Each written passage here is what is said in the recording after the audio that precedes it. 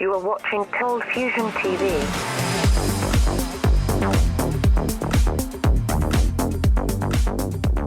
Hi, welcome to another ColdFusion video. Big businesses have always played a part in the history of a country. Car brands like Volkswagen and Mercedes helped shape 20th century Germany. Ford and McDonald's were a big part of the American dream. And much later, Apple and Facebook now play a huge role in society. But none of these companies compare to the influence that one conglomerate has had on its home nation. Today, we're going to look at how Reliance has overtaken India. They have a huge role in oil, mobile communication, media, textile, retail, and more. In India, Reliance can be the clothes on your back, the oil in your car, the mobile network you use, the TV you watch, and the food you buy. In addition to all of this, the company has started a digital revolution in the country and are directly responsible for the rise of T-Series, the rapidly growing Indian YouTube channel that's set to overtake PewDiePie for the #1 spot.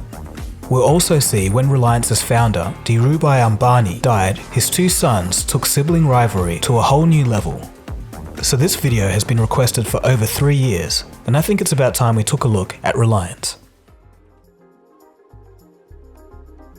The business all starts in the 1960s in the textile trade. Dhirubhai Ambani moved to Yemen from India as a young man to look for work. After a few years pumping petrol for an oil company, he moved back to Mumbai and hoped to use a few connections in Yemen to create an import-export business. The aim was to bring polyester into India and send spices to Yemen. However, his business partner, who was also his second cousin, had a very different approach. Ambani was a natural risk-taker unlike his cousin, so eventually the pair went their separate ways and Ambani founded Reliance Textile Industries in 1966. The business really took off with the creation of the Vimal brand. With this, Reliance Textiles were no longer just a materials supplier. Having their own line of clothing made all the difference. At first, Ambani got his clothing into the stores by producing it as cheap as possible. But once the Vimal brand was up and running, he began a franchise model of his own and the Vimal stores began to spread. An advertising campaign in the late 1970s was the establishment of the only Vimal brand. This brand became synonymous with young fashion for both men and women for decades to come. Ambani was ready to put the company on the public stock exchange with their initial public offering. However, he took an interesting and new route.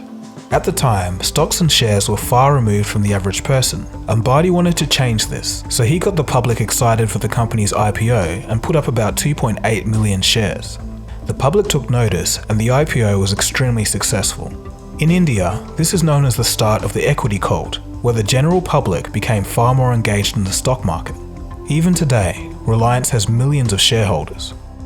On the back of the IPO and the wildly success of the only Vimal clothing brand, Reliance continued to grow and then diversified.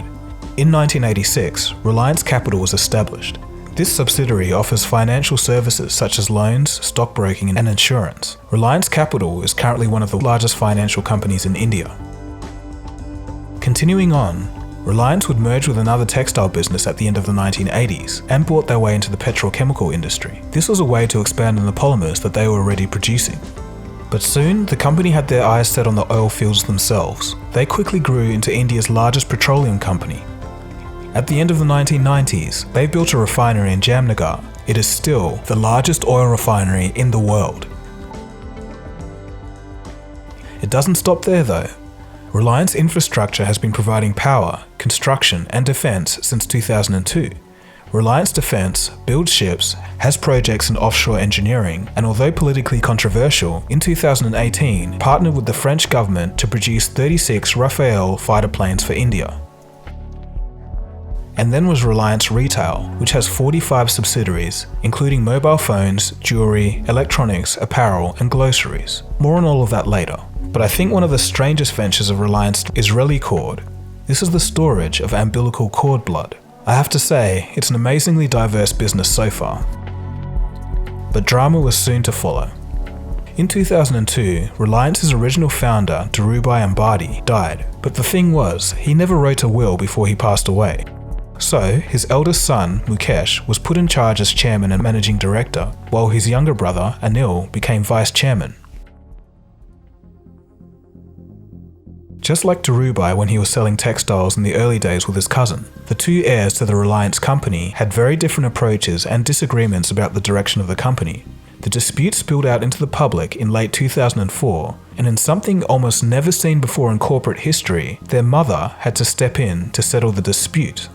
Her idea was to split the businesses the following year. To put it simply, the older brother Mukesh got the oil and gas business under the name Reliance Industries, and Anil took the telecommunications, finance and infrastructure part under the name Reliance Group. It was highly unusual and more of a family arrangement than a traditional business deal. But the conflicts continued. After the split, Anil was expecting Mukesh to sell him gas at a lower rate to use for his power plants, but the deal was vetoed by the government and Anil suspected that his brother had talked them into it.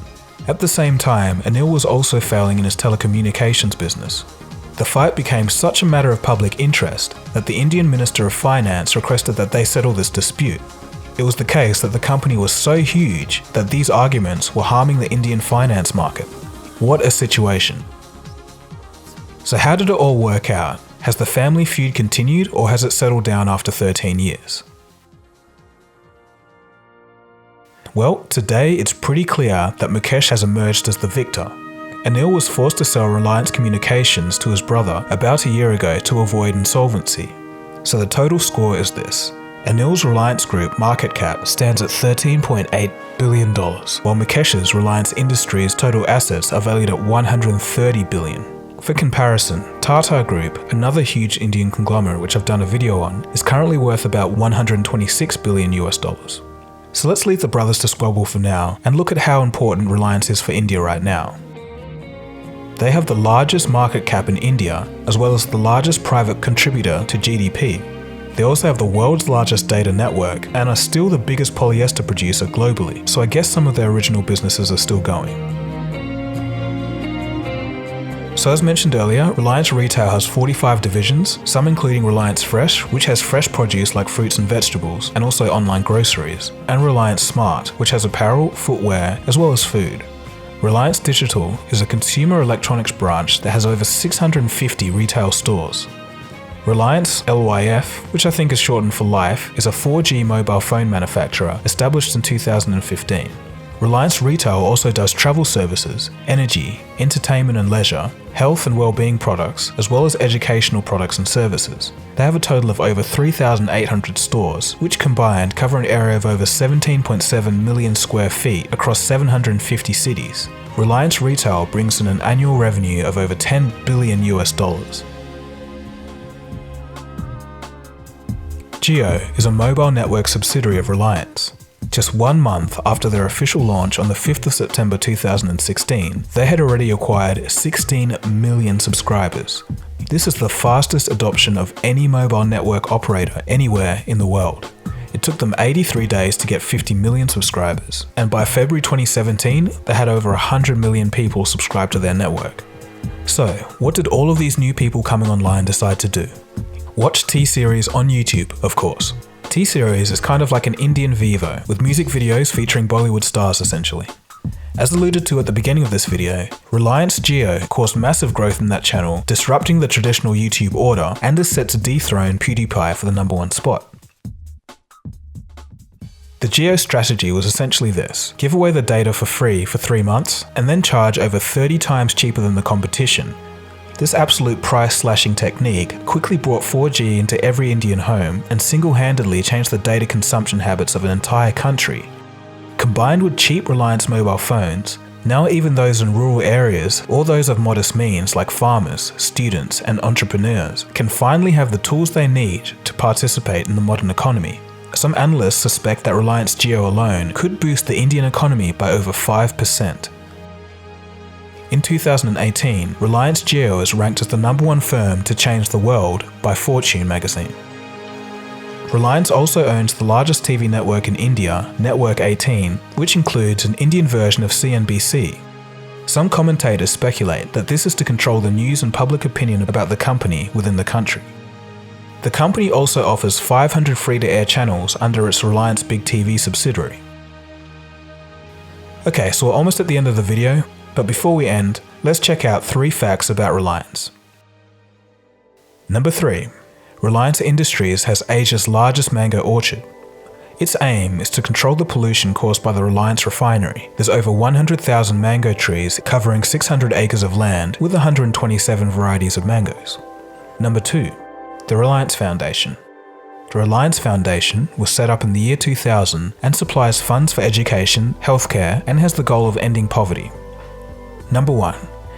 In contrast to the last fact, Mukesh Ambani, the winner of the feud between the two brothers and the one that owns Reliance Industries, is now worth $44 billion. He owns a 27-story house to accommodate his family of 5. There's a staff of 600 workers who maintain it 24/7. It is the world's most expensive private residence, valued at over $1.3 billion.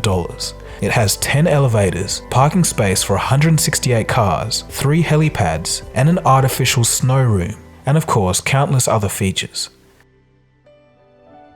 So that is the story of Reliance, including Reliance Group and Reliance Industries and all of the widespread subsidiaries. It is amazing to think that Reliance was started just by one man who worked at a petrol station in Yemen before selling textiles beginning on a bicycle in India. Another fun fact, when it all began, he only had $300 to start with. Now they're one of the most widespread companies in existence. I guess it just goes to show that you really can't predict where life will take you. You could start with nothing and literally build an empire. If you're watching this video from India and you want to see the story behind an equally big company, you can check out my video on Tata. Anyway, thanks for watching. This has been Dagogo. You've been watching ColdFusion. If you're new here and you've just stumbled across this channel, feel free to subscribe, and I'll see you again soon for the next video. Cheers guys. Have a good one. ColdFusion. It's new thinking.